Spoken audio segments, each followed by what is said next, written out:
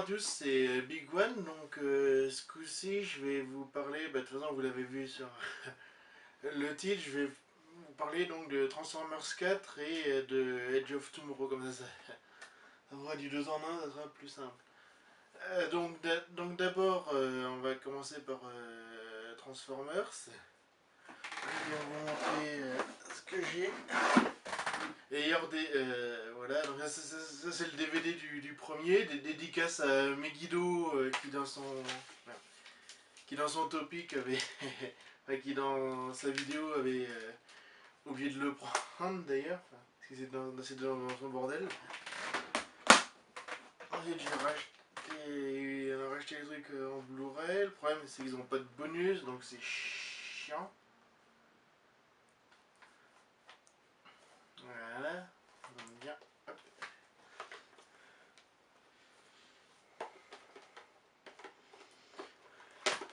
Alors je précise d'avance que je l'ai pas regardé le film, j'ai pas regardé en 3D, donc je pourrais pas vous dire l'avis sur comment est la 3D. Donc par où commencer? D'abord, ouais, donc ça de toute façon on a vu dans les bandes annonces et dans les trucs, ils ont changé. Il n'y a plus Shia LaBeouf qui est pas mal un peu. Maintenant c'est Mark Wahlberg avec sa fille plus son copain en fait. On va dire ça. Oui. Et donc ça se passe 5 ans après ce qui s'est passé à la fin du 3 justement. Ce qu'ils évoquent Chicago, puis même ils y reviennent au moment du film, donc ce qui est un peu con, parce qu'il y a encore Chicago qui se fait péter la gueule.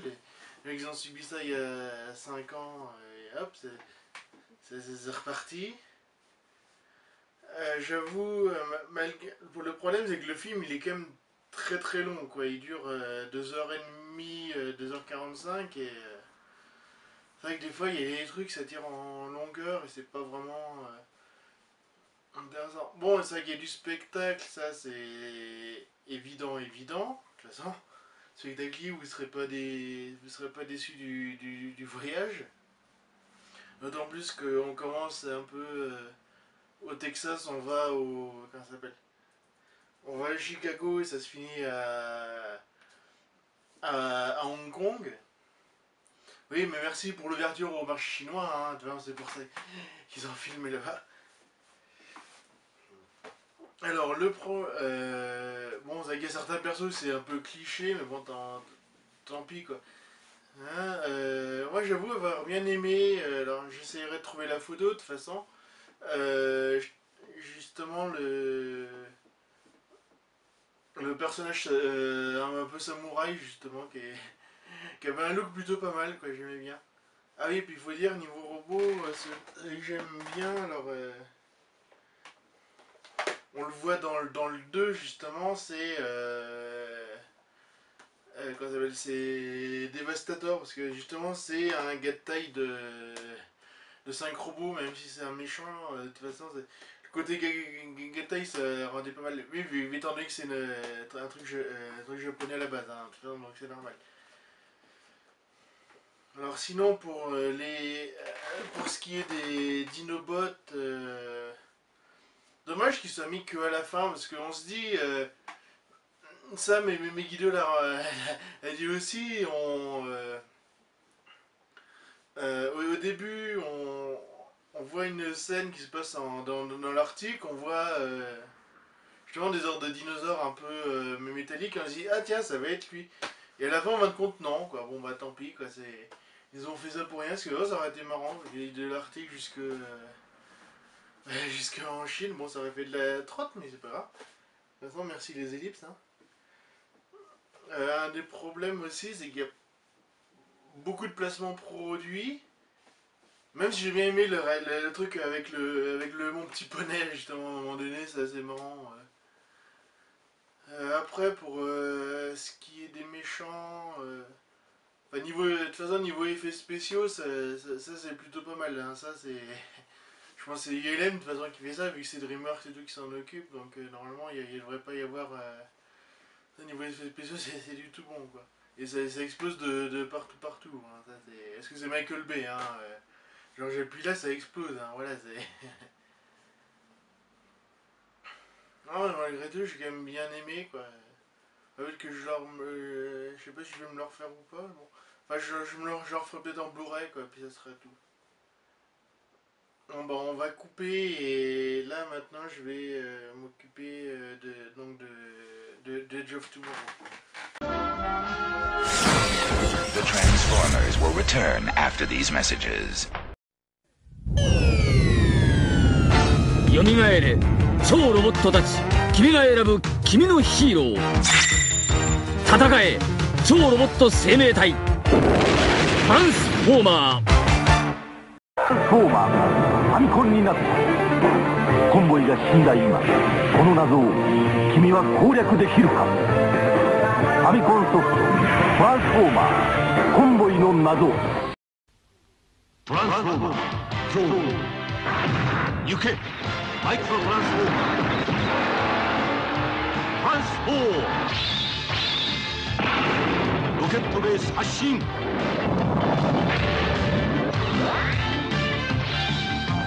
ランスフォーマー最大の基地が今動き出す。トランスフォーマーロケットベース。ビーストウォーズメガトロン変身コンボイ変身。勝つのはどちらだ。ゴリラが変身戦闘ロボコンボイ。こいつは強そうだ。ティラノザウルスが変身悪の大ボスメガトロン。ミサイル発射。最強ビーストの対決トランスフォーマービーストウォーズ。サイバトロンのビースト戦士たちありがとう。君たちのおかげで地球の歴史は守られた。しかしさらに巨大な悪デストロンガーの魔の手が今度は人類に迫る。許さんぞデストロンガー。我々サイバトロンカーロボットが必ず倒す。熱い心に不可能はない。新番組トランスフォーマーカーロボット4月5日水曜夜6時30分発信だ。神か悪魔か正義か悪か、君の選択が地球の未来を決める。トランスフォーマーザ・ゲーム。プレイステーション3。Genius. Hi, I'm Michael Bay, director of Hollywood hits such as Transformers, and I demand things to be awesome. Awesome Pussycat. Awesome barbecue. Awesome pool. That's why I'm getting Verizon Files. With the awesomeness upload and download speeds. Isn't that right, awesome Verizon guy? Yes, sir. Blows cable away. Introducing upload speeds up to 25 times faster than cable. And you know what the word for that is? Awesome? Bingo. This is fiber optic straight to your door. This is Fios. This is big. Transformers MechTech, the most powerful Autobot ever, now has his trailer. New Ultimate Optimus Prime. Revealing his robot mode is just the beginning. I'm converting his all-new trailer into massive battle armor to increase his size and unleashing the power of his new MechTech weapon. Ultimate vehicle, ultimate robot. Now I've mastered the ultimate robot in disguise. New Ultimate Optimus Prime. Change time may vary. Transformers, more than meets the eye. 高田トミー。ギャラクシーフォースサイバトロン出動。消防車がロボットへ変形。トランスフォームギャラクシーコンボイ。ウィングパーツと合体。完成。ギャラクシーコンボイスーパーモード。フォースチップでイグニッション。総司令官ギャラクシーコンボイ。スピーディアのリーダーニトロコンボイ。